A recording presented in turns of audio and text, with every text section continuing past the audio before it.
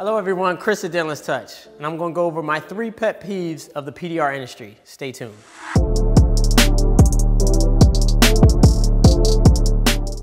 This video is not intended to give a negative view on our industry, but it's just my views as a business owner and technician. So let's get into it.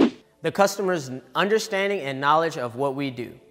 As every business probably has to clarify exactly how their customers can benefit from their service, we actually have to make this information the core of our marketing and negotiating methods. Since we are such a niche industry, oftentimes the leads generated through our ads produce various types of damage, from fixable to nowhere in the world is this repairable.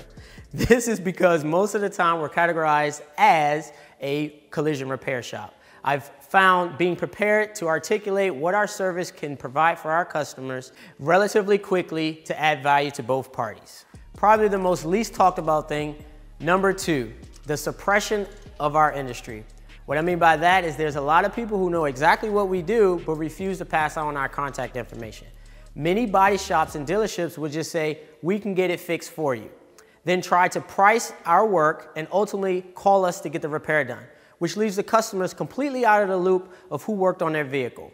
I just had a customer come in recently to receive our quote, and the body shop quoted him $2,200, which is perfectly fine, but the damage is 100% repairable with PDR. And I know they know this because I personally did work for them in the past.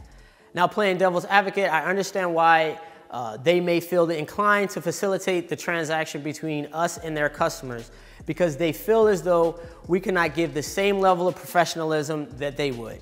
As most techs are solo and are not as large of an establishment as they are, they naturally found the need to get themselves involved. But every year I see a change for the better. More and more small business are using tools that help. 12 years ago, it was extremely hard to do credit card transactions. I would often have to call the customer back when I got home to complete the sale. Now simply you can do it from your iPhone in a few minutes, which has closed the gap for small businesses. Last thing is the learning curve. This can be a good or bad thing, probably more good though, as it prevents the saturation of the industry, but also provides a scaling challenge and pretty much guarantees the long-term investment into your team. So be careful who you hire. So when you grow, you may need more technicians.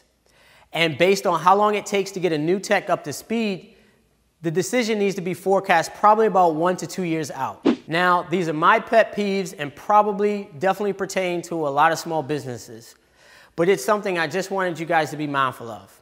Again, thanks for watching. If you haven't already, hit the subscribe button. Don't forget to hit that thumbs up if you can, and I appreciate all the support. Peace.